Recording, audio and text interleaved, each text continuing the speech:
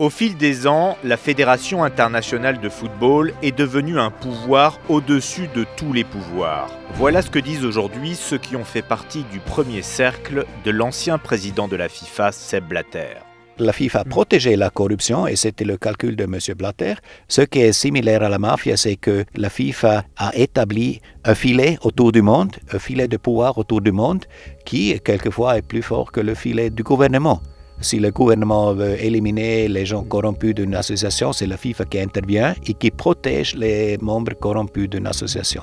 Ça, c'est un élément mafieux. La FIFA, c'est 209 fédérations de football sur la planète, plus que les Nations Unies, des fédérations qu'il faut forcément soigner pour se faire réélire. C'est un système qui échange l'argent pour le pouvoir. Et donc, on utilise de toutes petites fédérations, on les arrose copieusement et généreusement de fonds d'assistance. Il n'y a aucun contrôle, aucun audit sur la façon dont ces fonds sont dépensés et on entretient le pouvoir de cette manière-là. De l'argent censé servir au développement qui disparaît parfois dans d'étranges circonstances, notamment sur le continent africain. Moi, j'ai voulu faire un projet, une académie de formation nationale couplée à une formation d'entraîneur. Sauf qu'il y a un mur qui n'est pas terminé, il y a un terrain qui n'est pas terminé, les herbes qui poussent, c'est un gâchis financier.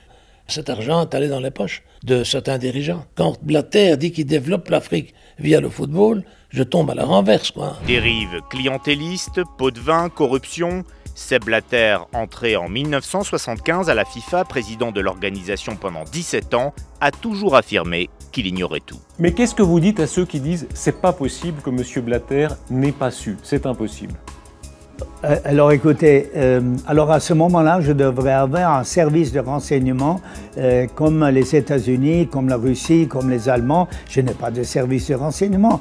Le football est basé sur discipline, respect et fair play. Un discours qui ne convainc pas les fins connaisseurs du système Blatter, comme ce juriste suisse qui a tenté de réformer la FIFA dans les années 2000. Il n'y avait pas vraiment de comptabilité raisonnable. Avant 2002, il n'y avait pas. C'était apparemment normal qu'on pouvait donner 1 million par année à un collègue sans trace dans la comptabilité, entre copains. Un système qui éclate aujourd'hui au grand jour après 40 ans d'impunité.